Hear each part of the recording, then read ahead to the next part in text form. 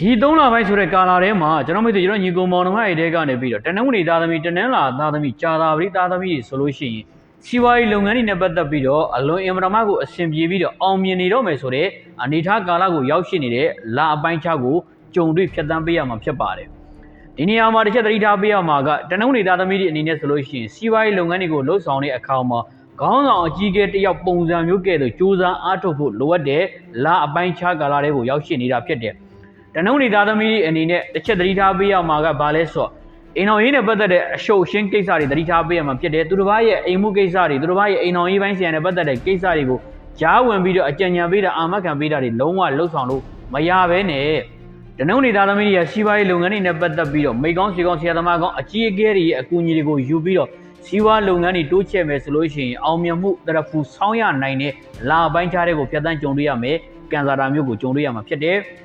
တနင်္လာသားသမီးတွေအနေနဲ့ကြည့်မယ်ဆိုလို့ရှိရင်တော့ဖြင့်တနင်္လာသားသမီးတွေအနေနဲ့ကတော့ဖြင့်ဒီလိုကာလမျိုးတွေကိုရောက်ရှိလာတဲ့အခါမှာကြိုးစားအားထုတ်ခြင်းတွေနဲ့ပတ်သက်လာပြီးဆိုလို့ရှိရင်အမြင့်ဆုံးဆိုတဲ့နေရာဌာနကိုရောက်ရှိနေတာဖြစ်တဲ့အတွက်ကြောင့်မလို့ကိုယ့်ကိုချစ်တဲ့ပုံကိုယ်တွေကိုယ့်ကိုတန်ရောတဲ့ရှိတဲ့ပုံကိုယ်တွေနဲ့စနစ်တကျနဲ့ပူးတွဲပြီးတော့လှုပ်ဆောင်နိုင်မယ်ဆိုရင်အကျိုးအမြတ်တွေအရန်ကိုရနိုင်တဲ့ငွေကြေးနဲ့ပတ်သက်ပြီးတော့ရှယ်ရောက်ဖွေရလွယ်ကူလိမ့်မယ်တစ်ချက်သတိထားပေးရမှာကတီလွယ်တယ်ဆိုတဲ့ကိစ္စလေးတွေအများကြီးကြုံရမယ်ကာလမျိုးကိုဖြတ်သန်းရမှာဖြစ်တဲ့အတွက်ကြောင့်မလို့တနင်္လာသားသမီးတွေအနေနဲ့ဒီ3လပိုင်းထဲမှာတီလွယ်နေတဲ့ကိစ္စတွေကိုအမှန်တကယ်ဖြစ်မြောက်လာအောင်မြတ်စွာဘုရားရှင်ကိုရမကြီးရဲ့စီမှာဂုဏတော်9ပါးကိုမနေ့9ကောက်နေ့လေ9ကောက်ညနေ9ကောက်နော်ဒါအဲ့ဒါ9ရဲ့အဓိဋ္ဌာန်ဖြစ်နေပူဇော်ပြီးတော့ရှ िख ိုးဆူတောင်းမယ်ဆိုရင်တော့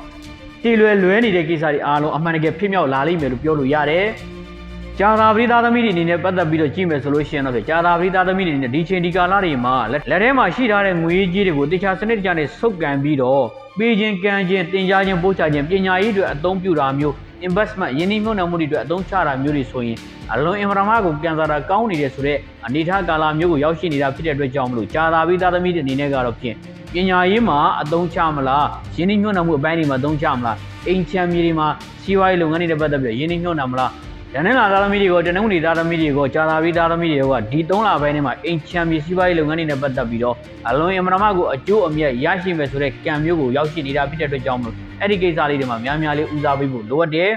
ဒီ3လပိုင်းဆိုတဲ့ကာလထဲမှာတစ်ချက်သတိထားပေးရမှာကစနေသားသမီးတွေဖြစ်တယ်ပြီးသွားတဲ့ခါကျရင်အင်္ဂါသားသမီးတွေဖြစ်တယ်ပြီးတော့ဗုဒ္ဓဟူးသားသမီးတွေဖြစ်တယ်စနေသားသမီးတွေအနေနဲ့ကတော့ဖြစ်ဆုံးဖြတ်ချက်အမှားတွေကြုံတတ်တယ်စိတ်မရှိတာသီးမခံတာမျိုးတွေကြောင့်လောင်ကစားဘက်တွေကိုရောက်သွားတာဖြက်လန်းဘက်တွေကိုရောက်သွားတာမျိုးတွေကြောင့်အခက်အခဲပြဿနာလေးတွေဖြစ်နိုင်တယ်ဆိုတဲ့ကံမျိုးကိုသွားပြီးတော့တွေ့ရတယ်ဒီတော့ကြောင့်မလို့စနေသားသမီးတွေအနေနဲ့အရန်လောဘကြီးပြီးတော့လောင်ကစားဆန်လှုပ်ဆောင်တာမျိုးတွေရှောင်ကျဉ်ပေးရမှာဖြစ်တယ်အင်္ဂါသားသမီးတွေအနေနဲ့ကတော့ဖြင့်တပည့်လက်အောင်ငယ်သားတွေရဲ့ပုံမှာလုံးဝစိတ်မရှိတဲ့ကိစ္စတွေကြောင့်ကြက်ကစားလေးတွေဖြစ်တဲ့ခိုက်ရန်လေးတွေဖြစ်တဲ့နားလည်မှုလေးတွေကွဲလွဲတတ်တယ်ဆိုတဲ့ကာလမျိုးကိုဖြတ်သန်းရမှာဖြစ်တယ်ညီကောင်မောင်နှမတွေနဲ့အကျိုးမပေးတာကိုယ့်ရဲ့တပည့်သားသမီးတွေကအားကိုးလို့မရတာကိုယ်တိုင်ကလည်းစိတ်ရှုပ်ထွေးနေတာတွေကြောင့်အဆင်မပြေမှုတွေကြုံတတ်တဲ့အနေအထားမှာကြည့်တယ်ဒီတော့ကြောင့်မလို့အင်္ဂါသားသမီးတွေနဲ့ကတော့မိမိရဲ့စိတ်ကိုမိမိအကောင်းဆုံးတေချာပြင်ဆင်ထားဖို့လိုအပ်တယ်တစ်ချက်သတိထားပေးရမှာကငါအရန်တော်တယ်ငါအရန်လုံနိုင်တယ်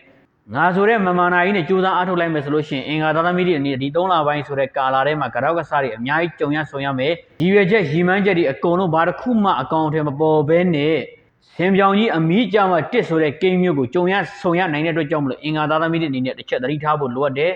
ဗုဒ္ဓဟူးသားသမီးတွေအနေနဲ့ကတော့ဒီချိန်ဒီကာလမျိုးတွေမှာဘယ်သူမှယုံကြည်လို့မရတဲ့အနေအထားမှာသွားပြီးတော့ကြုံတွေ့ဆုံတွေ့ရမှာဖြစ်တယ်လူမှုရေးနဲ့ပတ်သက်တဲ့အနှောက်အယှက်လေးတွေကိုသတိထားဆင်ခြင်ပေးရမှာဖြစ်ပါတယ်နောက်တစ်ချက်ကတော့ဘာလဲဆိုကိုပြောမှလို့ရှိရင်ယုံကြည်မှုမရှိတာ